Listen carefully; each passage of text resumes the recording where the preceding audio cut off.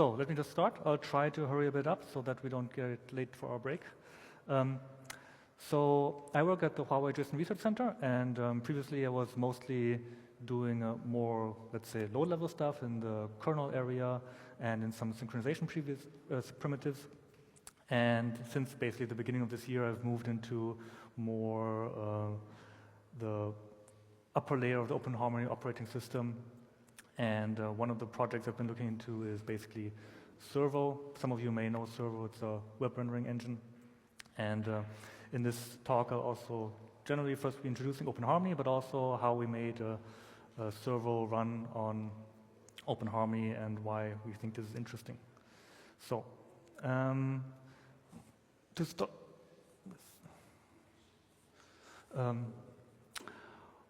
how many people of you have heard of OpenHarmony? It's more than I expected, but so I guess maybe some more of you have heard about HarmonyOS, and let me start here maybe. So HarmonyOS is basically the operating system that's used on Huawei smartphones, tablets, smartwatches, whatever, and it's already been in the news for a couple of years that it's a completely new operating system, and some of you may have read those articles and also read that it says there that people checked and, well, our Android apps still work.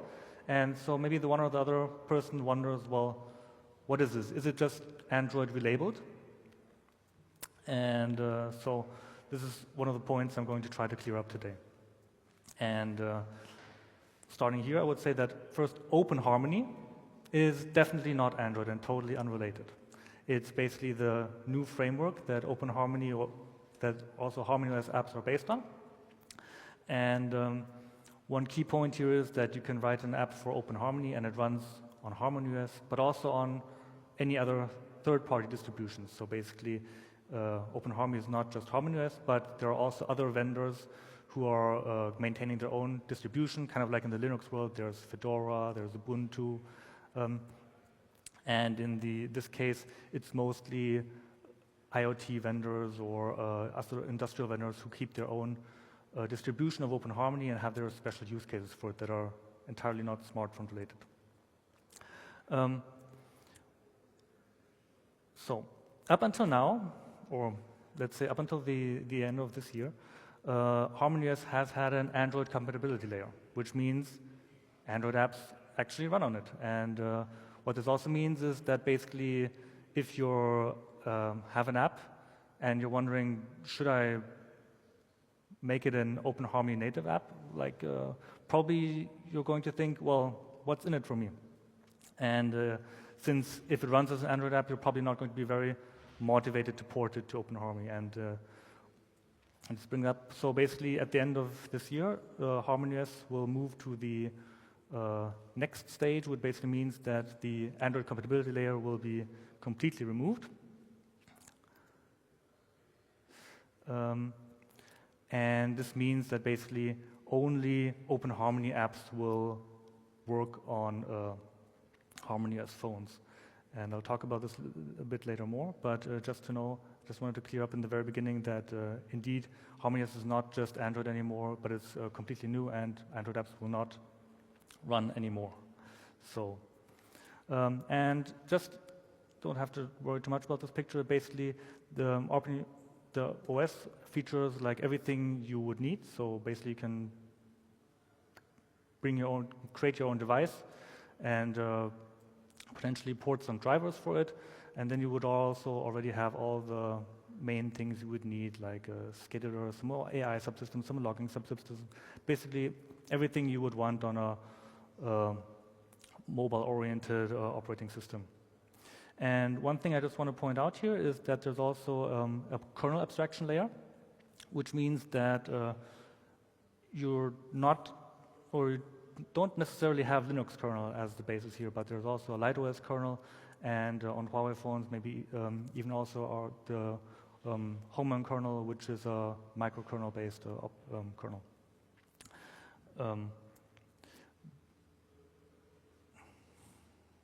So at this point, I want to talk a bit about other OpenHarmony distributions, what they're focused on. So there are very different areas. Most of them are kind of like just starting up now because OpenHarmony has not been around for that long. But there's a lot of third-party vendors who are basically creating their own distributions, and some of those are in the mining area, some of them are in the finance area. There's a project which is focused on bringing Harmony OS to the classroom and having some educational apps running on it. And there are also some government terminals, for example, like with some face scanning to when you enter a building, or like smart door controls, etc. And so I just want to show the slide to kind of show that it's not just a Huawei project, but there are also many third-party vendors who are interested in bringing their own distribution of this. And this is currently mostly with a China focus, because all these vendors are mostly China, but in Europe we also have the Oniro Foundation, which is together with the Eclipse Foundation and the Open Atom Foundation. They're basically working on bringing this Oniro OS, which is a distribution which is more catered to the European or Western market. And I think there will be a talk about this later today. So I already mentioned that the AOSP compatibility layer will be completely removed in Harmony OS Next. And there has already been basically a developer preview of this for select invited developers. We're currently only open to Chinese developers since end of last year. And basically, you now have to use the new ArcUI framework, which is based on TypeScript, or like a fork of TypeScript. I'll come a bit later to what the differences are. And it basically means you actually have to rewrite your apps in ArcUI or ArcTS. And of course, this is an important key point for the whole project, because if you actually ship a phone with Harmony OS Next, then you would expect that your favorite apps are there, right? And one key point is here that there's a huge effort going on in China right now to actually port the at least top 5,000 apps to OpenHarmony OS, and hopefully this will also bring apart a larger library ecosystem which helps creating new apps. So one other key feature of Harmony OS Next is also that there's actually a custom kernel, so it's not even running Linux underneath anymore. But still, it's completely compatible because there's a compatibility layer. So that basically means if your app runs for Linux with a muzzle-based libc, it will also it should run on the custom kernel. There are some minor restrictions, some C APIs which are explicitly not made available for various concerns, but I'll come to that a bit later. And yeah, so, but just want to mention, so Harmony OS Next, the target audience in the first rollout this year will first be Chinese mainland, and I wouldn't expect it to see it on the remaining European or Western phones just yet. So, oh, I actually did not click through, sorry.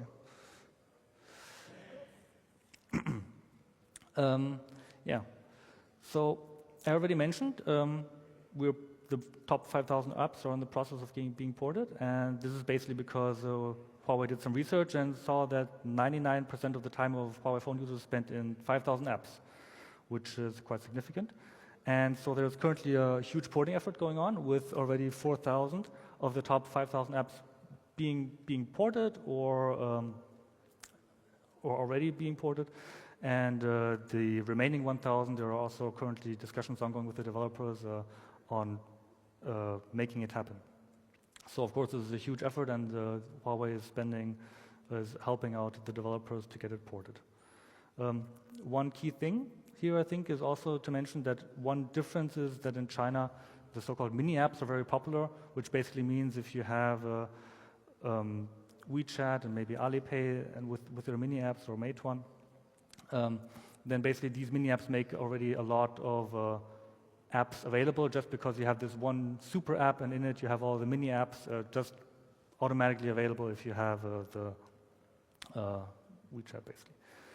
And yeah, one thing that makes porting maybe a bit nicer is that TypeScript is a language that probably many web developers are already very familiar with, and I'll come to why ArcTS or the flavor of TypeScript that we're using maybe makes it a bit of a even nicer language. So let me talk about, so I want to talk a bit about how developing for OpenHarmony actually looks like. And of course, there's an official IDE, which is basically also based on the JetBrains IDE, which is similar to Android Studio. And currently, the latest release is version 4.1, and it's available from the official release notes. Although the English release notes don't list the download link yet, so I just put the Chinese release notes here and made a screenshot so you can easily find which place you have to click. So basically, if you scroll down to the right section, you will see that there's a link for Windows, Mac, and Mac ARM. And that's where you can download the SDK and the developer, the IDE. Some nice features include that debuggers, of course, included, hot reloading, there's a UI previewer, there's an emulator, and profiling tracing are all directly included. One thing that's still missing is, of course, that the Rust plugin, oh, I made a typo here, sorry, that the Rust plugin is missing. I mean, if many of you have maybe used Sea Lion or Rust Rover from JetBrains, they have a very nice Rust plugin, but yeah, since Rust is currently not officially supported, the Rust plugin is missing, and hopefully that can be added at a later point. So, maybe just to manage expectations, the HarmonyOS Next SDK, as I already mentioned, it's still kind of in developer preview, so once you download it, you can't actually test on your, if you have a Huawei phone, you can't actually test for if the new version runs because you don't have access to the SDKs yet. But on the other hand, the OpenHarmony situation is already much better because the 4.1 SDK is freely available to everybody, even outside China, and it can be installed automatically. If you want to develop native code, which could be C, C++, or also Rust, then you should also additionally select the native code, which will install LVM toolchains, etc., so that you can compile. Yeah. And I think here I'll just quickly show you how it looks like if you were to create a project. So basically, you start with a boilerplate project. In our case, we select native C++. We later want to look at Rust code, but well, there is no template for that yet. And basically, once you have generated that project, you get a lot of files. So it's not really, that's what the minimum setup kind of looks like, and I'll explain kind of later what all of this is. And one thing I just want to mention here is that in the so-called build profile file, you can basically switch between the runtime OS, which could be either HarmonyOS or OpenHarmony. This affects the signing of the bundle. I'll kind of later talk about what signing is and why this might be relevant at a slightly later point. And, yeah, already here. So, in theory, OpenHarmony apps can run on all OpenHarmony devices. But, and here comes the but, for security reasons, like apps must be signed, just because you kind of want to know who's the developer, is the package still the same as when it was signed? And of course, this means that which signature do we trust? What's our root of source? And of course, this depends on the OpenHarmony distribution, because we can't have one size fits all. If you like for HarmonyOS, of course, it's a Huawei system, so you would have to trust. So you would trust who Huawei trusts. If you have your own distribution, you would probably want to choose yourself as the vendor who you want to trust. So this basically means you compile your application, your OpenHarmony application once, but then in the end, for supporting different distributions of OpenHarmony, you would likely have to re-sign it for different applications, for different operating systems. And if you're just developing, and for example, your distribution is kind of like a system for a development board, then likely the option is just turned off, and you can just flash away and don't have to worry about this. But in the other cases, you would have to follow the signing process, and this depends on the vendor, as I already said. But if you're targeting HarmonyOS, then actually you don't have to care about this too much.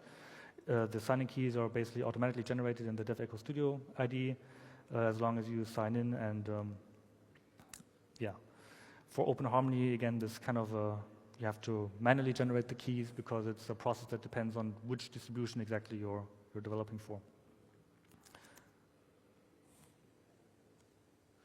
So let me just talk a bit about what an OpenHarmony app looks like. This is the let's say new stage model. There's also an older model of apps available in the APIs, but that's not recommended anymore and deprecated. So I'll just talk about the stage model.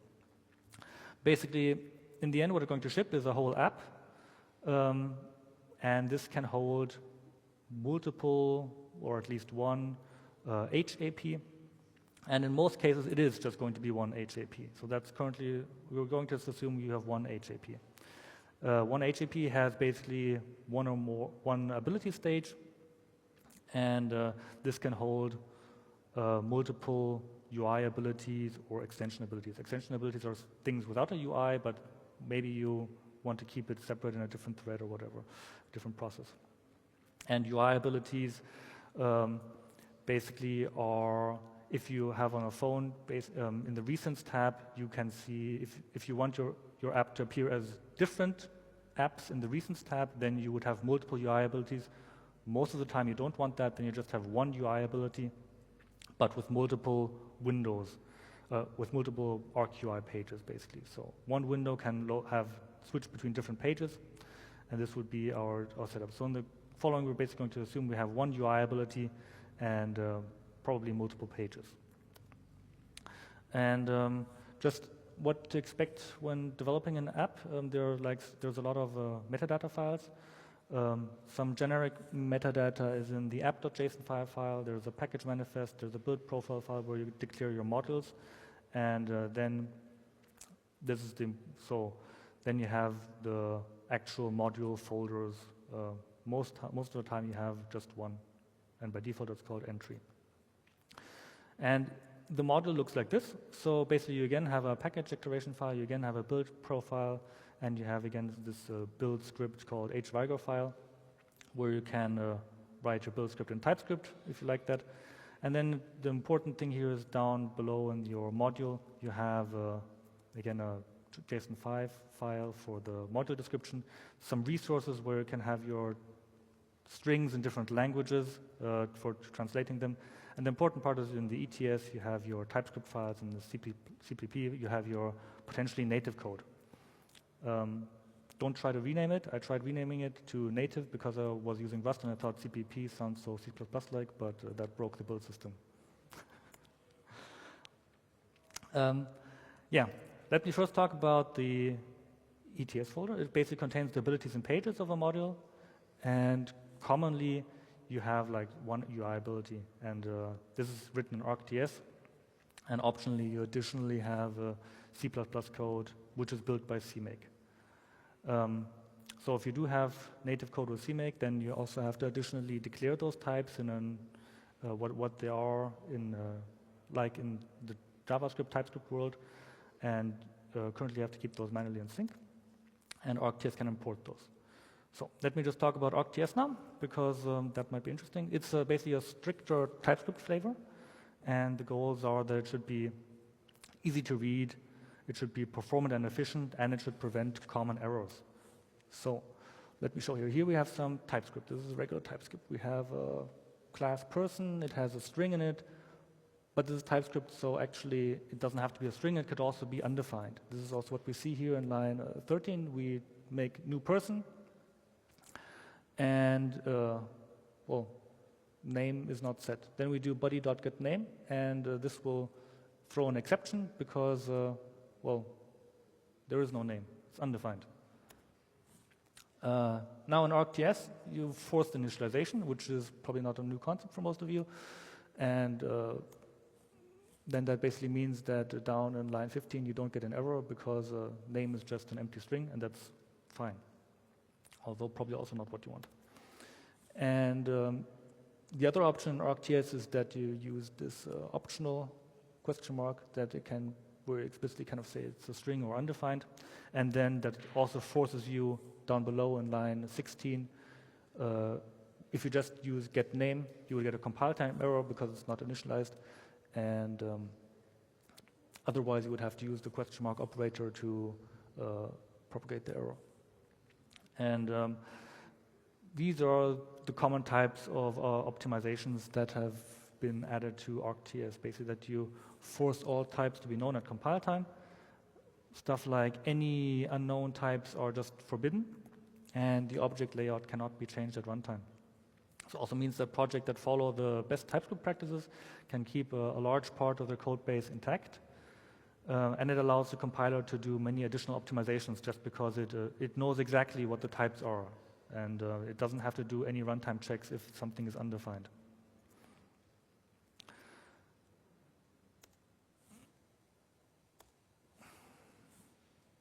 Oh no, where did my mouse go? Yeah, I also kept here some links for further reading if you're interested in this. Now, the second part of ArcTS is actually the ArcUI specific additions, because actually you probably want to build a UI. And this is all pretty simple and easy to understand.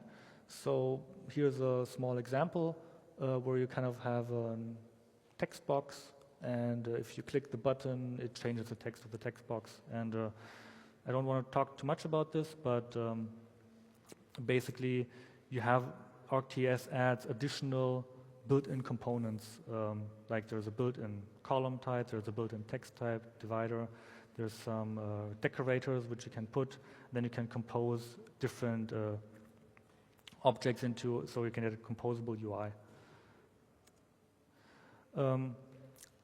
Just a quick point here, so what we just saw was a page, and this is loaded from the page ability that I talked about shortly earlier, and in most cases, probably you would just have here a simple, when the window state is created, then you load a content, which is just a page. And additionally, maybe in a real app, you would want to, if it goes to the background or if it goes to the foreground, you want to save some state, restore some state maybe, or those are all things that you can do. But in my cases, I skipped all of that. So here we have a small example page. This is just a minimal ArcTS app, and it does some addition. So currently, this addition is implemented in TypeScript. And basically what it does is you have this text box, and if you click on it, then it increments the number and the text gets updated. And now we have this idea, oh, this add operation, we just assume it's very expensive, we want to do it in native code. I mean, this is of course completely stupid because the call overhead to calling to native overhead is much larger than a simple addition would ever be, but let's just go for the example so that I can show you how it would look like. So basically the code doesn't change much. Just in the first line, you would add an additional import statement where you import something from libentry.so, which is basically just, and then you can use any function that's defined in this shared object. In this case, we defined the add function in the object. And then you can just call that instead of the native TypeScript function. Now let's look at how the C++ code looks like that we have to implement to get this add function. And one thing that you will notice is that there's kind of a lot of boilerplate. If you ever used a Node API, this will look very familiar, except that this is kind of like the way you write it without any macros to simplify it. You have some function which is your raw CFFI, or here you first have the constructor, which is used to register the function at all. Then this is the actual add function where you don't really get your parameters directly, but you get an environment variable, NAPI-env, and then you can extract the actual arguments, which makes up most of the function. And the actual addition is down in line 24, where you have a NAPI create double, and then inside there you have value 0 plus value 1. So as you can see, that's actually quite a lot of boilerplate, which you can simplify a bit by macros in C++, of course. But I just wanted to show how it looks like. So this is only useful if you actually have something expensive to do. If it's just like a simple add, you probably wouldn't do this. But our later example will be servo, so there's actually a lot of stuff going on in the native code. And of course, you also have to declare your type for the JavaScript. And one thing that has to be kept in mind is that this has to be kept in sync. Otherwise, behavior is, of course, a bit undefined. Now, on the Rust side, of course, there's always macros, which can help, and proc macros are very helpful for this because they can abstract away a lot of way. There's already the existing NAPRS crate, which is basically a framework for precompiled Node.js add-ons in Rust. And with a couple of modifications, we can get this to work for OpenHarmony. It's not a lot, but it's, we also haven't tried merging it upstream yet. And it's currently a community-maintained fork. I don't really have any official affiliation with it. Yeah, and it's currently in, I would say, in a very early stages of development, but it actually works quite fine. And this helps us to significantly reduce the boilerplate, and actually we can add it quite easily to our project. Now, how can we actually integrate the Rust library that we've built? So basically, the easiest way is we can just pre-build it manually and place it under a special kind of path where the IDE will look. And you could then set up your IDE to call cargo build and copy it. I mean, it's not really my favorite approach, but it works. You could write a plugin to the HWiger build system in TypeScript. I didn't try that yet, but it's definitely possible. Or since we know that C++ code is built with CMake and that works, we could also use perhaps corrosion. Now, as already was mentioned, I actually maintain the corrosion CMake model. It works quite well on Windows, Linux, Mac, and it can basically looks at cargo metadata and then automatically imports any crates that have are either static libraries or dynamic CDY libs with a CFFI. And this works quite well usually. It sets automatically the correct linker and the Rust compiler target, so it's and it does a lot of more stuff under the hood for you. Well, now, one thing that makes it a bit more complicated is that the OpenHarmony SDK ships a pre-built CMake version, which is rather old, and that's kind of missing a required feature, which is to move the, or which corrosion uses, and which would be to move the library to a place where you install during the build. Now, of course, you could backport this to the older corrosion version, but that would also be a lot of work. The other alternative is to use upstream CMake. But that also doesn't work quite out of the box. You basically have to copy one file from the shipped CMake version to the upstream CMake version, and then it actually seems to work just fine. But in conclusion, currently there's the best or most reliable ways to actually add a build script to your IDE or whatever, and that you can just copy it to the hard-coded library path. Yeah, so let me just speed up a bit here. So we have first example that I want to show is basically actually compile something useful, which would be like ripgrep. It's like a simple command line application in Rust. And so we just try to compile it. There's this tier 2 target, AR64 unknown Linux OHOS, which is now shipped as a tier 2 target since Rust 1.78, which just came out a couple of days ago. And well, of course, it doesn't just work out of the box. You first have to add the target. That's easy enough, probably. And next step is that linking fails. We look at the error, and we see, oh, it uses user bin LD. That doesn't look right. So we actually have to specify the linker. Once we specify the linker explicitly via a magic environment variable, I'll come to that a bit later, we can just, it compiles. We flash it onto the phone, and we check, and it actually works just fine. I also did some more tests if it actually grepping works, but I didn't include a screenshot of that because I wasn't sure if maybe some sensitive data wasn't there or not. Sorry. Now, finally to the main stage, ripgrep is maybe not that interesting. What about something a bit bigger? Now, in this example, I'll be talking about server. It's a rendering engine written in Rust. The main server components measured about 240K lines of Rust code. I measured that with SCC. And that's not amazingly much, but it also has a lot of dependencies. So if you look at the dependency list, it has over 700 plus Rust and C++ dependencies. And then I just tried to use cargo vendor and count how many lines it is. So in this case, I basically did cargo vendor, removed all these Windows crates, WinAPI, Windows, and NDK crates, which brought the line count down by about half. And we see we have about 4 million lines of Rust code and over 1 million lines of C and C++ code each, which is quite a lot. Now, our hope is, of course, that this will just work out of the box. And one challenge here is, of course, that there are multiple build systems involved, CRS, CMake, AutoTools. So we'll see in a moment how that works.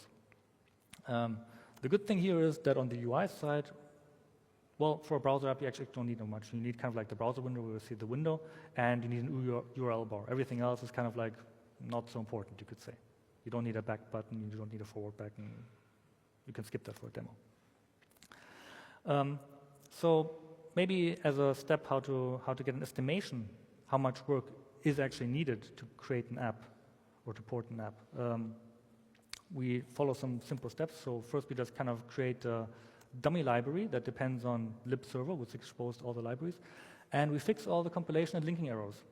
And so step one here is kind of like figure out all the environment variables which are needed for building the C++ dependencies, because you have to set stuff like the C compiler, the C++ compiler, the linker, PKG config, and all that other stuff. And step two would be then to do the same for like the Rust dependencies, which are failing to build. So one thing that came up here is that often actually the issues were already fixed by the community members. Great, you know, like it was often something like in Nix or in libc where some functions were missing, and all you have to do is update the dependency. Sounds easy, right? But of course, as it turns out, updating long dependency chains can be quite time-consuming. I didn't actually have to do all of that. There are also other people who have to update dependencies from time to time. So a lot of the time was just me waiting on the actual pull request that somebody else was working on to go forward. But of course, since the dependency chains can be quite deep in such a large project, it just takes a lot of time until the bump from a project like 5 levels down gets propagated all the way up, because in the end, oftentimes you have to actually update versions in sync, because you don't really want to have different versions of the same crate multiple times in your project. Yeah, but since we kind of like want to actually make progress and not wait 3 months, sometimes you can just kind of like backport an OHOS, like a fix to an older version of a crate, and then use the patching of cargo as a quick band-aid solution, so that you don't have to update all the other stuff which is completely unrelated to what you actually wanted to do. And the final thing is that sometimes you actually have stuff which needs to be implemented differently for OpenHarmony, like what is the window in OpenHarmony, how large is it? And well, as a first step, you just stub it, write an unimplemented or to-do, and this will fix the compilation error, but of course it will fail later at runtime. But first we kind of want to find out how much work is it at all. Now, once you have all the compilation issues fixed, you can move on to the linking issues. And often there, the fix is just build the library from source. Like, it's not available as a dynamic library on the system, but you can of course build from source, and then the linking issue goes away because it's there. And sometimes it's also just that wrong dependencies get linked in. So one thing here was that well, OpenHarmony targets the target OS is Linux. So some crates just assume, well, X11 or Wayland must be there, but it's not. So then you have to go and fix it. So yeah. Now after that step, this one I'm going to skip over. It's basically just a list of magic environment variables here and on the next page. Just one thing I want to mention is that if you use bindgen, you should really have a look on both setting libclang path and clang path, both of them. Otherwise, you'll probably run into a bindgen issue, potentially, depending on how many Clang versions you have, where one part of bindgen loads the most recent version of Clang, and a different version loads the default version of Clang. And if those aren't the same, then you can have like weird errors. Like ideally, your compilation fails and you notice. Otherwise, you might have other issues popping up. It took me a while to figure this out because And yeah, let's just go over that. Sounds interesting. So now we have it compiled, everything links, we can flash it on a device. But of course, in step one, we fix a lot of issues just by writing to-do. That means, of course, it will panic when we hit those. So the first step is kind of like fixing those parts as we hit them. But we don't actually have to fix everything at the beginning, right? We can just hard code some values like this helps in surprisingly many cases, but not in all cases. Like I tried hard coding the window size, but I didn't know the actual window size, so I just wrote 100, 100, and thought maybe it will just render to a small surface, but no, it just crashed. So it can work, and it saves you some time, but not in all cases. So sometimes you actually do have to do it properly. So on this point, I just want to shortly talk about the ArcGIS component. This is basically what is used on OpenHarmony to render to a native window. And now in the simplest case, you just create one X component, and then you can natively render to that. On the native code, which you see down at the bottom, you basically get a no-mango C function, which is called onSurfaceCreated, and this gets called when the surface is actually created, and this is then our entry point into servo. First step is actually getting logging working, because if logging doesn't work, then you also don't see any panic messages, and it's kind of hard to debug anything. And actually, once we hit this phase and logging was working, there was only like very minor changes needed. So basically just during the graphics initialization phase where you had to set the window size, set up the EGL, there were some minor changes required. Most of it could just be done very quickly. And after that, server loaded and rendered actually just fine on the first try. Like I was astounded. But of course, it doesn't really stop there.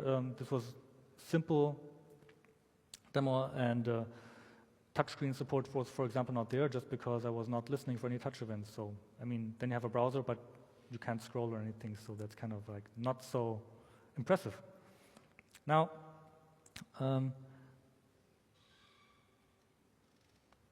I actually move this to the other screen? Oh, yeah, I can.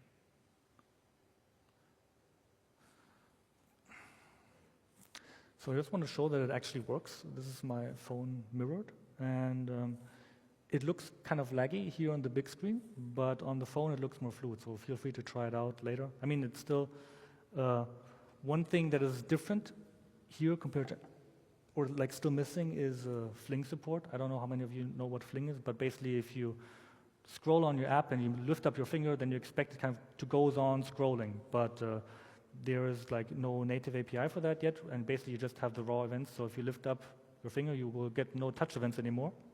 And since I don't keep track yet of the history, don't calculate the velocity or anything, it basically means the window stops moving immediately, which is not how you want a browser to be, but for demo purposes, it's just fine right now. Now, how do I move it back? How do I close the window now? Okay.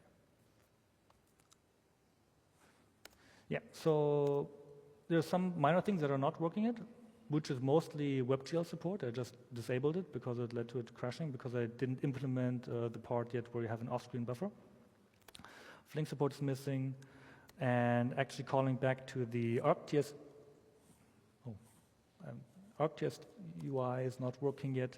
So basically, if you click on a link, it will not update the link, and it won't go to the new website. But those are all minor changes, and I hope to fix that and also upstream the changes to the main server repository. If you want to have a look at the sources, I put a link in here to both the ArcGIS app and my branch of Servo, so that you can have a look at the changes required if you're interested. Just be aware that it's not production-ready code, and there are kind of parts where code is commented, copied, pasted, and so it's not beautiful to look at.